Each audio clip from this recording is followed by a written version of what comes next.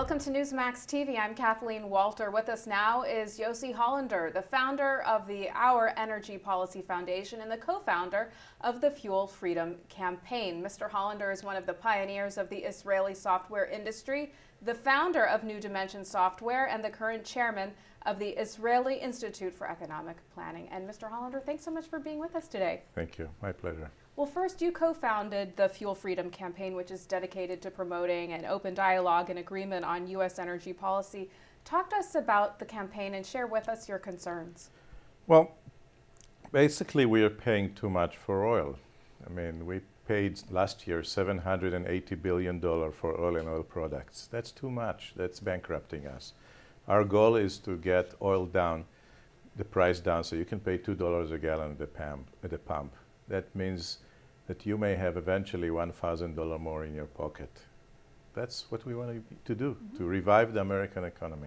All right, let's talk about solutions. Every president since Richard Nixon promised to make the U.S. energy independent, but it seems that we're more dependent on imported petroleum than ever, costing us nearly $350 billion a year. What is standing in the way of U.S. energy independence? Actually, now only regulation and a few special interests, because currently all the replacement fuels that exist, whether they're natural gas, whether they're ethanol or methanol, are now costing less than gasoline. And the regulation that exists in the way prevent us from using them. Our cars can actually run on them if we just wanted to convert them at a very cheap cost. And of course, there are people who want to keep oil price high. So how do we break our dependence on foreign oil? Where do we start? I think maybe the first question is, it is a foreign oil is the problem, because if we imported oil at $1 a gallon or 10 cents, $1 a barrel or 10 cents a gallon, we wouldn't care. The Canadians are exporting oil to us, yet they pay the same price at the pump. So the issue is really, how do we get cheap oil? If we import it or get it in, it's the second one. Of course, we can do it all with American resources. We have natural gas, we have ethanol, we have methanol, we have electric cars, we have garbage. We're the Saudi Arabia of garbage. If we opened the fuel market to competition, that's what we're trying to do, we will have cheaper fuel at the pump. In the same way that we opened AT&T and MCI, and now we have internet, we have cell phones. This will happen in the car industry. President Obama has yet to make a decision on whether to approve the Keystone Pipeline. Republicans say the pipeline would boost the economy and also make a dent in paying off our debt. Is approval of Keystone key to America's energy independence? I'm afraid this is a classical example where the parties argue about something that doesn't matter. The oil will flow. Whether it will flow through Louisiana with a pipe or through the west coast of Canada, it will flow. The destination of the oil will be exactly the same. It will be either China or Europe. So it really doesn't matter that much. It matters if we do more of processing of the oil internally, so there'll be some more jobs. But it's not going to change our oil dependence. The oil is a commodity that flows around the world everywhere. People are using it at whatever price there is. Now, you said that this is a fight that really doesn't matter. Republicans are pro-drilling and pro-nuclear energy. Democrats, we know, are concerned about global warming and are for conservation, efficiency, solar and wind. In your view, which party has the answers? None. Because first of all, there's two issues here that you mixed a lot of different solutions. So neither solar, neither nuclear is going to do anything because they generate electricity. And we don't use oil anymore to generate electricity. So if we went all wind or all solar or all nuclear, we will not replace 1 gallon of oil, only coal. So the question is, what are we worried about oil? About oil, we can drill, we can save, we can do other things, but they're not going to solve the problem. It's like basically an Advil to a cancer patient. We need to actually get replacement that will compete in the market. Expensive oil is not the answer. What about fracking? Some are saying this could lead to a new golden age here in the U.S., but yet the Obama administration seems reluctant to embrace it. What's the future of fracking? I think although maybe the administration is against it, the train has left the station already. So fracking is so big here that it's going to continue. There's fracking for oil and fracking for natural gas. People sometimes get it a little bit confused.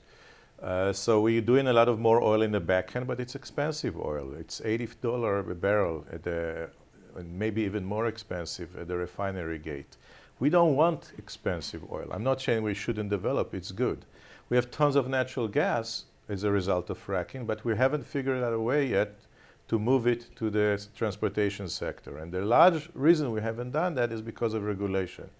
Because it is much, much cheaper either as a compressed natural gas or as methanol or as ethanol even. You can convert natural gas to ethanol. Those are fuels we know how to use. Race car use them. Okay, so I guess we know how to use them pretty good, right? And yet, the market is closed. We need to open the market, then we can use our own resources. We don't have to decide. I mean, you came in the morning and you probably ate breakfast. The government didn't decide what fuel you're going to use or what food you'll eat. They are deciding only 87. We need to have an open market where everybody can decide what fuel they want to use. And that's it. Then we'll have a real competition and cheaper fuel. President Obama promised to get the U.S. Off from President Obama pledged to get the U.S. off of oil from anti-U.S. hotspots within 10 years, but yet Persian Gulf oil imports are down only 5%. In the meantime, the U.S. is Venezuela's biggest oil trading partner. Do you see President Obama being able to deliver on this 2008 campaign promise? It's relatively easy because you can decide, for example, that you're not buying, but it doesn't matter. If we will buy zero from the Saudis, then we will have to buy more from somebody else, and that somebody else will buy more from the Saudi. This is all a big, large market around the world, and everybody's buying from everybody. The issue is not who we buy it from, it's price. If we bought it all from Saudi Arabia at $1 a barrel versus 100 a barrel, we wouldn't care if we bought it all from them. So the issue is, how do we get cheap oil to the American public, not where we buy it.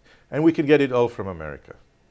Yossi, in 5 years, the world will experience a shortage of up to 10 million barrels of oil a day. What about this concerns you the most? Well, we don't know if that is the number, but that's the extreme situation that can happen. There will be a shortage. We know that during this decade, we will have worldwide shortage. And the main reason for that is not whether we drill or not. We cannot drill our way out of it because demand from China and India is growing so much faster than our ability to drill and the world ability to drill. So the question is, when is the price going to hit a higher price and who is not going to get the oil? Let's say even if we're short on 1 million barrels a day, 1% of the world's supply, the weakest economies of the world will not get it. And over there it will mean not just inconvenience like for us, it will mean death. When it comes to gas and fuel here in the U.S., what is the tipping point for the average American family? At what point do gas prices become so high that the U.S. slips back into recession? I think we are there. I think the reason we're not growing is that because we're spending so much money on oil. That is, if we spend $300 billion less on oil, which is possible today, a year, that would be $1,000 net per person. That's a huge growth engine, all paid by the Saudis, Chavez, and a few of our other friends out there. So it's a tax cut paid by our people who don't like us. Why not go there? If folks want to learn more about the Fuel Freedom Campaign, Yossi, where can they go? www.fuelfreedom.org. All right, Yossi Hollander, thanks so much for being with us today. Thank you very much. And thank you for watching Newsmax TV.